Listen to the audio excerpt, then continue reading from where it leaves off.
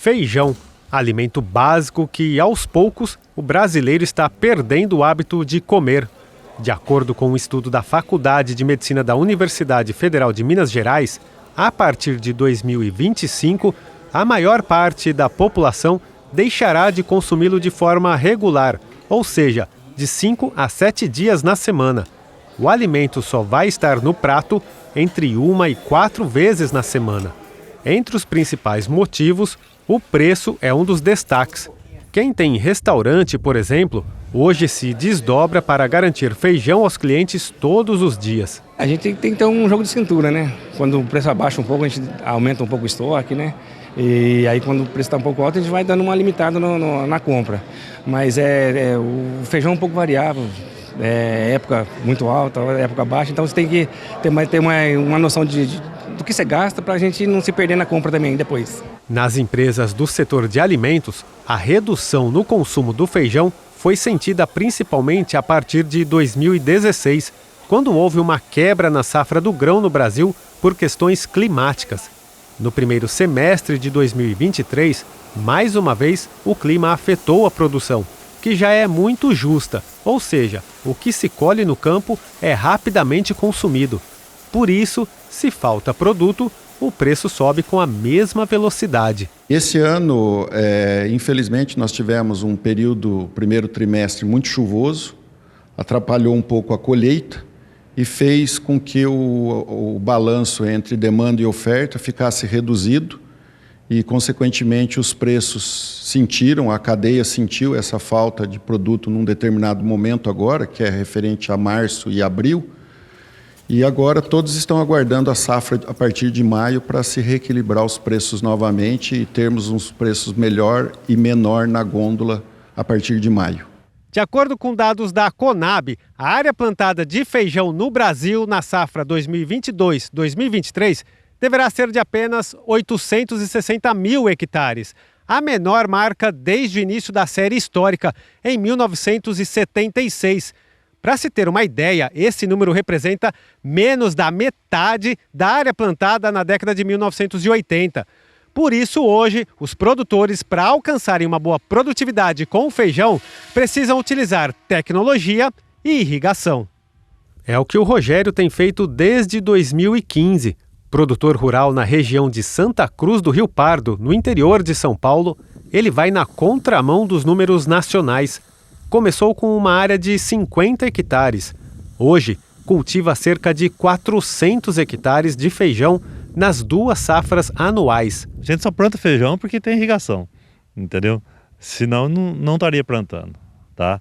Porque é o que vai conseguir fazer com que você não tenha prejuízo, tá? Um prejuízo grande, né?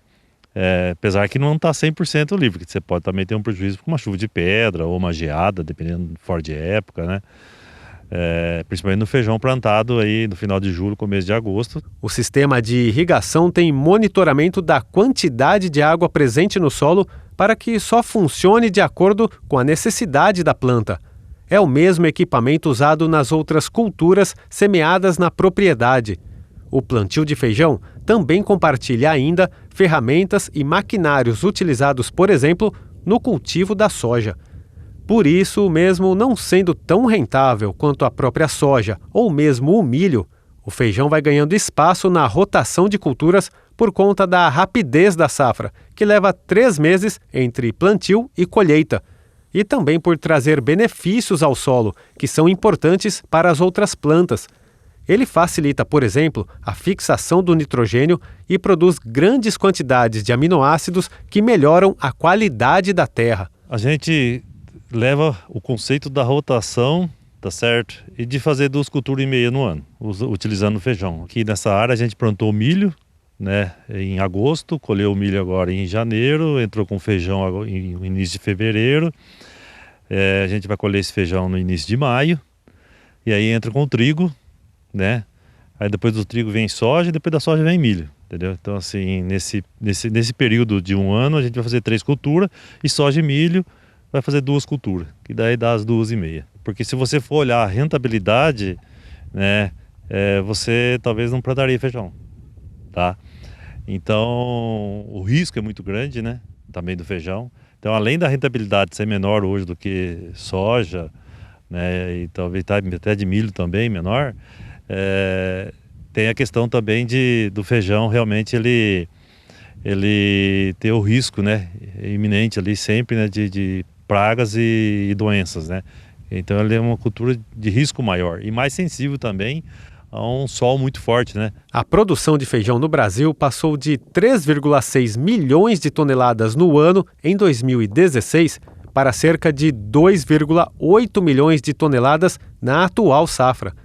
Por isso, produtores rurais que apostam na cultura, como o Rogério, são tão importantes para o bem de toda a cadeia produtiva e para evitar que o alimento continue sumindo do prato do brasileiro. Quando os preços na gôndola sobem demais, há uma redução de consumo no feijão. Mas eu ainda acredito muito nos produtores do nosso país. Eu acho que como rotação de cultura, como área de abertura, e mesmo aqueles que são plantadores de feijão mesmo, eles sabem que o feijão bem trabalhado, bem conduzido, ele tem remuneração, ele remunera o produtor. Então eu acredito que mesmo a oferta e demanda sendo muito restrita, eu acredito muito na continuidade do feijão para os próximos anos e com preços ajustáveis, tanto para consumo quanto para o produtor. O feijão é um ingrediente que não pode faltar, né? Tanto feijão preto como feijão o bolinha, né? O tradicional. Esse é o dia a dia, sempre tá na mesa do cliente, né? Não tem como faltar.